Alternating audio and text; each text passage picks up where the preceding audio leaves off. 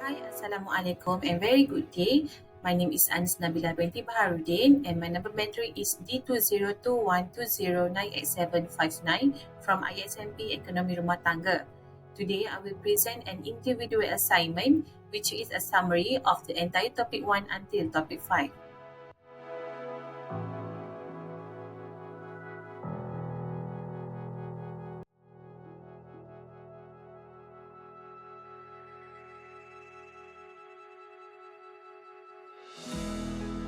For the topic 1 is computer crime and security. What is proxy or winged Trojan? A proxy Trojan or winged Trojan is a type of malware that secretly uses your computer to help hackers hide their action online. It works in the background without you knowing, turning the computer into a middleman for internet traffic. This can lead to illegal activities like attacking websites. Next is why does the computer crime proxy or winged Trojan is considered as harmful? The first is because they can steal the information. Hackers can also use the Trojan to steal your personal information like password or credit card details if you have them saved on your computer. Second is weakens your security. It takes advantage of your weakness in a program like Wingate, which is used to manage internet connection. The third is hide the hacker's identity. The Trojan turns your computer into a proxy, meaning hackers can use it to connect to the internet without revealing who they are. The fourth is can control your computer. Once your computer is infected, the hacker can control it remotely, sending spam email or attacking website to make them crash. And the last is slow down your computer. Since the Trojan uses your computer for its own purpose, it can make your system run slower or act strangely. What step can you take to prevent this type of computer crime from happening? To keep your computer safe from proxy Trojan or any malware, make sure your software and antivirus are always up to date. Use a good antivirus and run regularly scan. Second is turn on your firewall to block unwanted access. Avoid clicking on suspicious link or downloading unknown file. Use strong unique password for your account. If you are not using a proxy server like Wingate, turn it off. Backup your important file regularly so you don't lose them. Be careful with remote access tool and only allow trusted people to use them. And finally, watch the strange activity on your network like unknown device or traffic.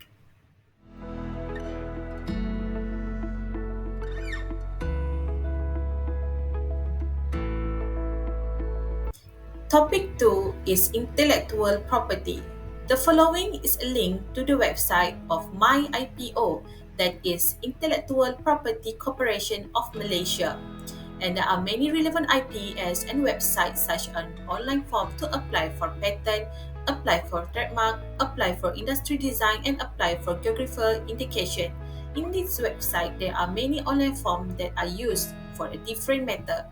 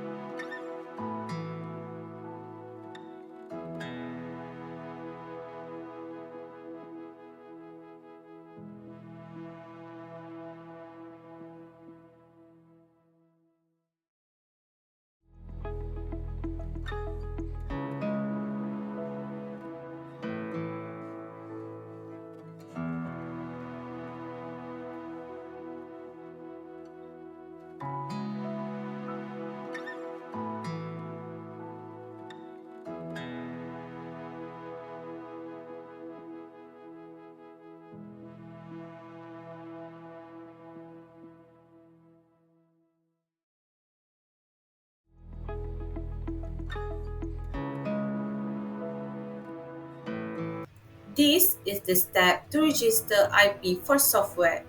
The first is create an account.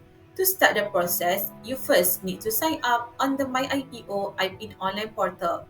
This will require providing personal details and setting up login credential. Second is prepare application. Before submitting your application, ensure you have all the necessary documents ready. The third is submit application. Once the documents are in order, log in to your MyIPO account and complete the online form. You will need to upload the prepared document such as software description, claim, and drawing. Fourth is pay fees. After submitting your application, you will prompted to pay the necessary filing fees. Ensure that the payment is processed as per MyIPO's guideline. Five is application review. After submission, MyIPO will review your application. During this phase, they may request additional information for clarification regarding the software or the submission. And the last is publication and grant. If your application meets the necessary requirement, MyIPO will approve it and your software will be published in the official IP journal. Once published, your software will be granted legal protection.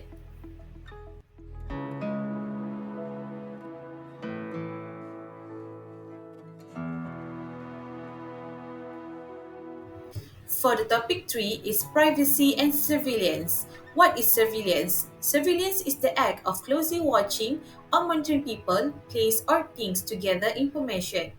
This is often done to keep track of activity, ensure safety or detect any suspicious behavior. This can be done through camera, tracking device, or even monitoring communication. There are several types of surveillance, and the first is closed-circuit television (CCTV). Uses camera to monitoring and record activities in specific area like store, street, or buildings. Second is internet surveillance, involve monitoring online activities such as browsing history, email, and social media usage. And the third is mobile phone surveillance. Track phone call, text message, GPS location, and apps usage on smartphone. Here is example of surveillance. First is CCTV in store. Many retail stores use surveillance camera to monitoring customer and prevent thief. If something unusual happens, like shoplifting, the footage can be reviewed to identify the thief. Second is social media monitoring by employer. Some companies track what their employees post or share on social media to ensure they are following company's policies or to protect the company's reputation. And last one is government surveillance. Intelligence agency may use phone tapping or internet monitoring to gather information and potential threat to national security. For example, surveillance of terrorist communication. Can you monitor your employee computer activity? Yes, by activity monitoring software. Employers can install software on company computers that tracks employee activities. This software can monitor by first is website visitor. It can log every website an employee accesses during working hour. Second is application use. It can record which programs are open, how long they are used, and whether they are used for work or related tasks.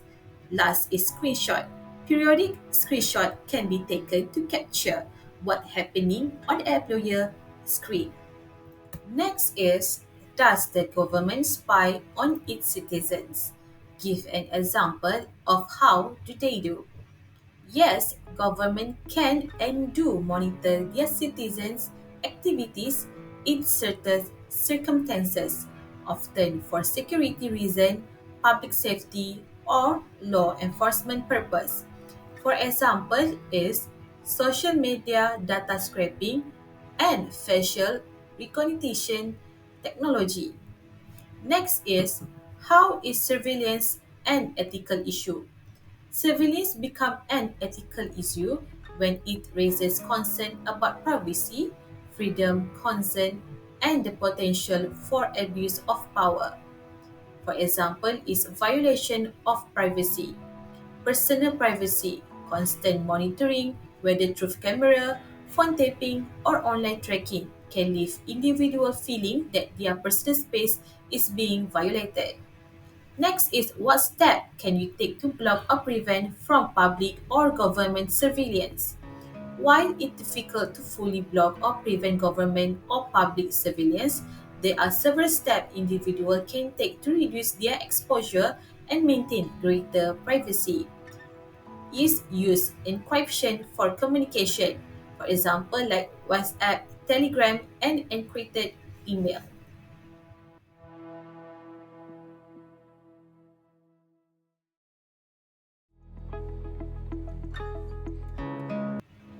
Next topic is topic 4, that is computer reliability.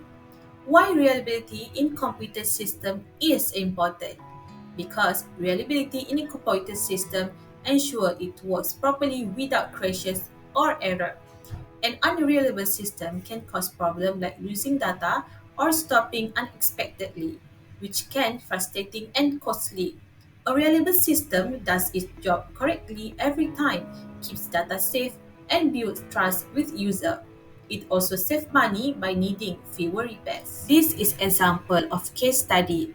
Microsoft Windows Vista operating system that released in 2017.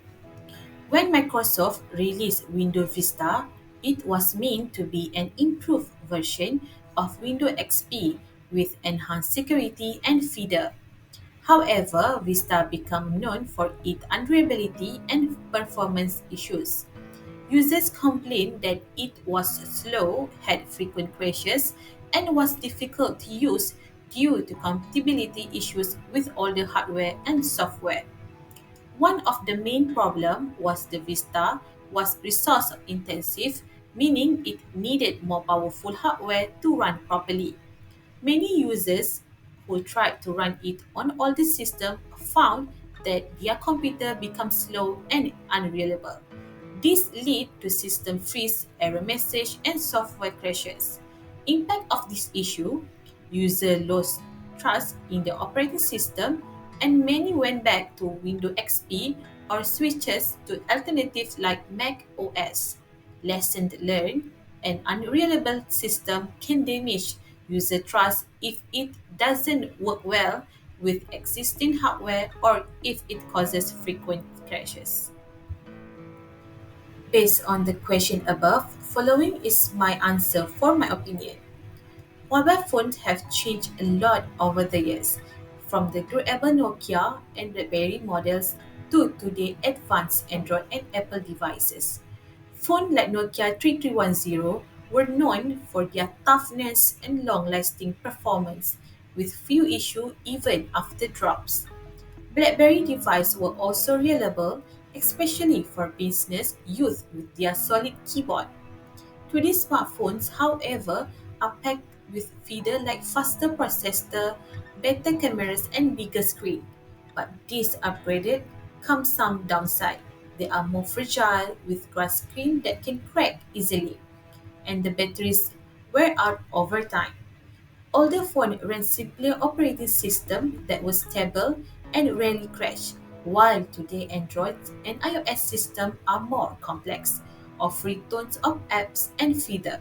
However, they can be slower and buggy as time goes on. In the end, while older phones were simpler and more reliable, today's smartphones have for more compatibility. Truth, they come with trade-off in the term of durability and performance.